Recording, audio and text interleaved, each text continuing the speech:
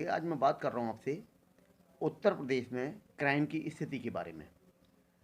उत्तर प्रदेश में इस समय योगी 2.0 शुरू हो चुका है और अपराधियों के हौसले पस्त हैं, लेकिन ऐसे अपराधी जिनका क्राइम से बिजनेस जैसा संबंध बन जाता है वो क्राइम करने से बाज नहीं आते।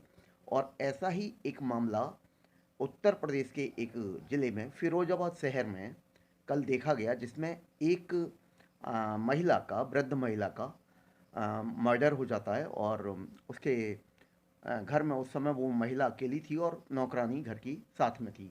बाकी परिवारीजन दो तीन लोग सिनेमा देखने गए थे और पुत्र कहीं बाहर गया हुआ था। तो दोस्तों, आश्चर्य की बात है कि शायद 12-14 घंटे के अंदर पुलिस ने इस मामले को पूरा खत्म कर दिया, केस क्लोज कर दिया और अपराधी को पकड़ लिया, मर्डरर को। और मर्डरर व्यक्ति को, जो कि रिश्तेदार है मृतक का, से उसका कोई रिश्ता है। और वाकई में ये बड़ी तारीफ की बात है कि यूपी में योगी का शासन देखने लायक है और यूपी पुलिस इस समय शायद नंबर 1 है हमारे देश में। यूपी पुलिस की जितनी तारीफ की जाए कम है दोस्तों, चाहे वो ट्रैफिक के मामले में हो या कोई और मामला हो। दोस्तों, क्राइम करने को बिल्कुल भी लोग घबराते नहीं हैं और कोई भी सोचा और बस कर दिया, ज़रा भी नहीं सोचते अपने फ्यूचर के बारे में या अपनी इमेज के बारे में कि कल को हम जेल जाएंगे, हमारी इमेज ख़राब हो जाएगी, या हमें हमारे पीछे और भी हमारी पत्नी है, बच्चे हैं या कोई और है, माँ बाप हैं, उनका नाम खराब होगा। ये सब नहीं सोचते, जबकि ये बहुत गलत है। ना मालूम कैसे संस्कार उनको मिलते हैं क्रिमिनल्स को, चाहे वो बॉयज़ हों गर्ल्स हों। गर्ल्स तो बहुत कम है, लेकिन फिर भी मेट्रो सिटीज़ में गर्ल्स भी कुछ क्राइम कर रही हैं और पकड़ी भी जाती हैं, लेकिन बॉयज़ या अन्य अपराधियों की संख्या ज़्यादा है। तो उनमें मेल्स ज़्यादा हैं, पुरुष ज़्यादा हैं। तो ऐसे अपराधियों की मानसिकता बहुत अजीब होती है। किरण बेदी ने पहले तिहाड़ जेल में एक कैदियों को सुधार करने का एक बड़ा अच्छा कार्यक्रम चलाया था और उन्होंने बहुत सारे कैदियों को नशे से मुक्ति दिलाई, क्राइम से मुक्ति दिलाई, अपने स्पीच से, अपनी जो भी उनकी स्टाइल रही, और जीवन की, समाज की मुख्य धारा में उनको लेकर आई। तो दोस्तों, वाकई में ये समझने की बात है कि अपराधी हमारे समाज में से ही आते हैं और जो भी लोग हैं वो अपराध करने से पहले 10 बार सोचें, खास करके अपने जीवन के बारे में और अपने परिवार के बारे में। क्राइम नेवर पेज, ऐसा कहा जाता है।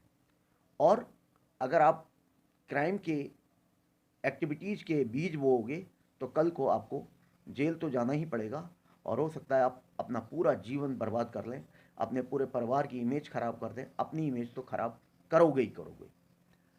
तो नौजवान पीढ़ी से मेरा अपील है, एक रिक्वेस्ट है कि क्राइम करने से पहले 20 बार सोचें, 50 बार सोचें और ऐसा ना करें। व्हीकल चलाते समय भी ट्रैफिक के रूल्स का पालन करें। और इस समय योगी का शासन है, आपको मालूम होना चाहिए, सीसीटीवी कैमरेज हर जगह लगे होते हैं, पुलिस बहुत सख्त है, आप किसी भी तरह बच नहीं सकते। सो आप अपनी ज़िंदगी खराब करने की कोशिश ना करें, अपने परिवार का नाम खराब ना करें और सही रास्ते पर चलें। आप सही रास्ते पर चलेंगे तो एक ना एक दिन आपको मंजिल मिलेगी और उस मंजिल तक पहुंच जाओगे। तब आपका नाम भी होगा, पैसा भी होगा, प्रतिष्ठा भी होगी, शोहरत भी होगी, सब कुछ होगा आपके पास। लेकिन आप सही रास्ते पर चलते समय सावधानी से चलते रहो कछुए की चाल से। ये मत देखो कि इस सही रास्ते पर कांटे बहुत हैं। जल्दबाजी या जल्दबाजी में कोई काम करोगे या सोचोगे सक्सेस जल्दी मिल जाए, शॉर्टकट से मिल जाए, तो सक्सेस का, सफलता का कोई शॉर्टकट नहीं होता है। ये बात समझनी चाहिए यूथ को।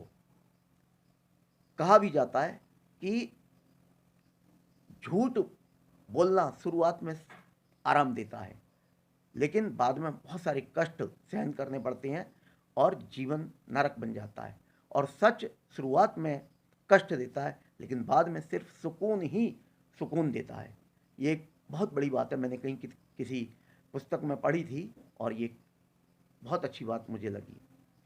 हमें चाहिए कि हम जीवन में उन्नति करें। उन्नति के अवसर बहुत सारे समाज में पड़े हैं और हमको ठीक से चलना चाहिए।